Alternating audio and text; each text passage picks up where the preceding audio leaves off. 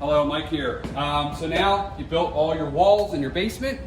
Now we need to attach the bottom plate of your framing to your concrete. Okay, so what I'm going to use is TAPCON screws. What I used before. These things work great.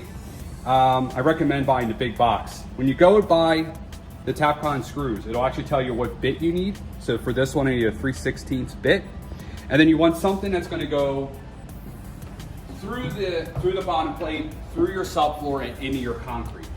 Okay?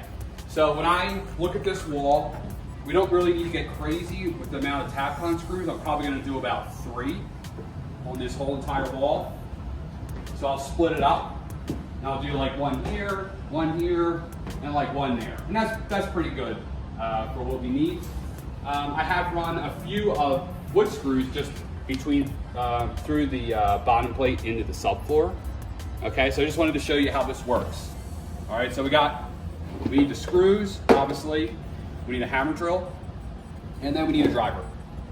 Okay, so what you do is you set your hammer drill to hammer drill setting, and then we're going to drill.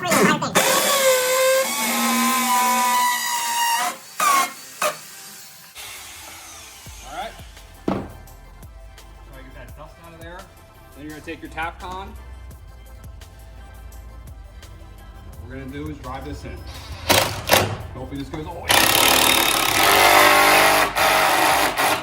Alright, that's in. Your bottom plate's connected to your concrete. So do this around the whole basement. Thanks. Please like, please subscribe, please comment. Thank you. Bye.